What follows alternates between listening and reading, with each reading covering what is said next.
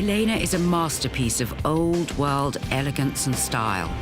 A magnificent yacht built for winning. Beautifully crafted with masts of Oregon pine and powerful sails. ELENA is 55 meters of majestic luxury.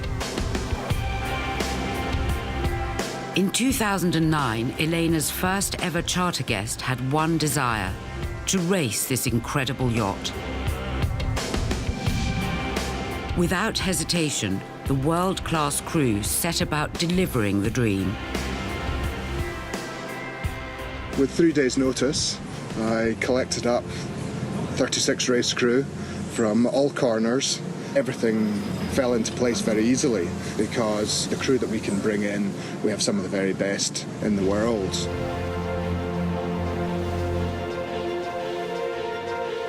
At the last minute, the boat was entered into the classic yacht regatta.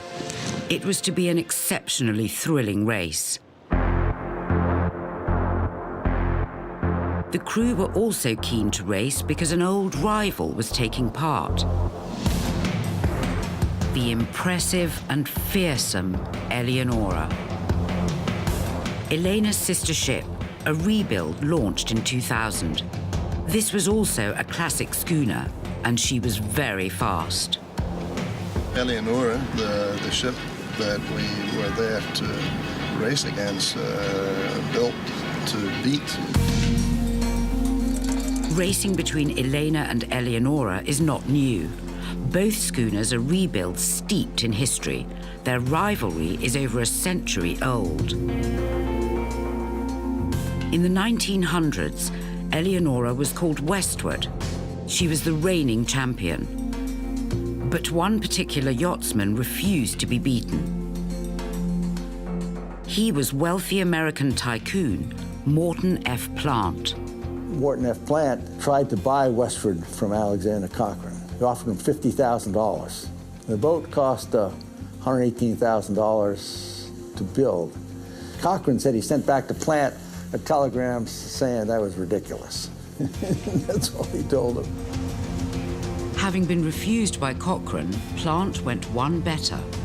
In 1910, he placed an order with the Harrisoff Manufacturing Company. His design brief was simple. There are a number of reports and quotes of the exact letter that Morton F. Plant sent to Harrisoff, which basically had a few profanity words in it and said that he wanted a boat that would win. Obviously, there was an understanding between Harrisoff and Plant that it would be a boat to beat Westward. The classic race regatta was the first time in over 100 years that the two yachts had met. As the race started, we were at the back of the pack, which was quite expected, keeping everything clear, let the big, more experienced boats go through. It started out as a perfect day for sailing, with blue skies and a nice breeze, and then it picked up. We were hoisting more and more sail, getting more and more confident with our sails and the boat. ELENA's charter guest was thrilled. Every few minutes was a new and exciting experience. When we were racing, the guest was primarily sticking next to Steve and the tactician, and they were learning all about the tactics and navigation. Although this was ELENA's first regatta, she was nevertheless exceeding everyone's hopes. We were very astonished by its acceleration. We were going past some of these boats that had been tried and tested and won numerous regattas. Coming up to the first mark, ELENA was chasing Eleonora. Her rival was close. By the time we got to the first mark, we realized we were 2 sails short. Eleonora had the full canvas up. But anyway, we got to the mark practically at the same time. It was a wonderful sensation. We weren't even thinking about the other boats. We were just really sailing against Eleonora. That's the only thing. The objective was to beat that boat. With the boat doing well, no one could have foreseen what was to happen next. All of a sudden, we had a big problem. There was a man overboard. Rapidly, the captain had to change priority from racing to rescue. It looked like ELENA's chances of winning could slip away.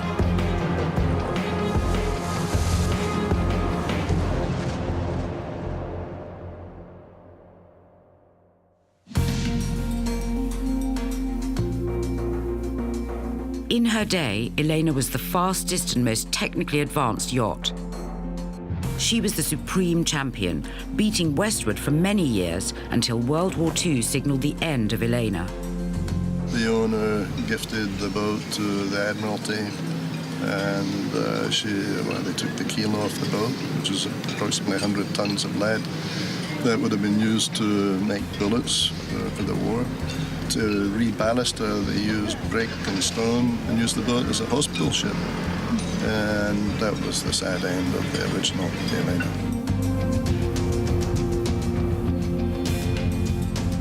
It would have been the last of ELENA, but for one man with a passion. I had a vision to build myself another schooner. After some discussion with my race crew, they all convinced me that we should really build ELENA, because ELENA was built 100 years previously to beat westward.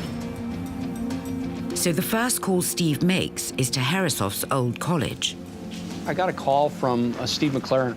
He was interested in a new project, and that project was ELENA.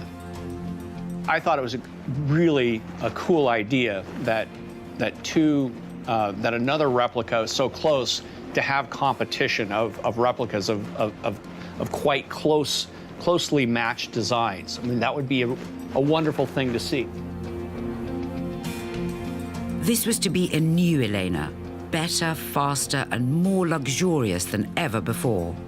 I spent a year playing with the plans and the equipment to use, everything, the positioning of like the main engine, the generators. To rebuild a classic yacht like this is to bring history to life. ELENA is more than a visual history. She is living history. A chance to really experience the elegance and beauty of the 1900s. When you build a classic boat, a true classic boat, you have to use the materials used at the time. It's all exactly the same as it was like 100 years ago. Steve achieved his dream and launched ELENA in time for the classic yacht regatta. The racing between the two boats was neck and neck as the boat and crew pushed forward. But as if the drama wasn't exciting enough, one of the crew went into the deep blue sea.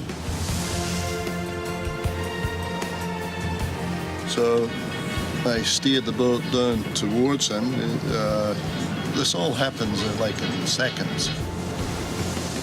But we managed to pick him up straight away because I think he two strokes in and he was washed up against the side of the boat, and there were 10 people there leaning over, grabbing him out of the water. This delay could scupper ELENA's chances, but the client and the crew wanted to win at all costs.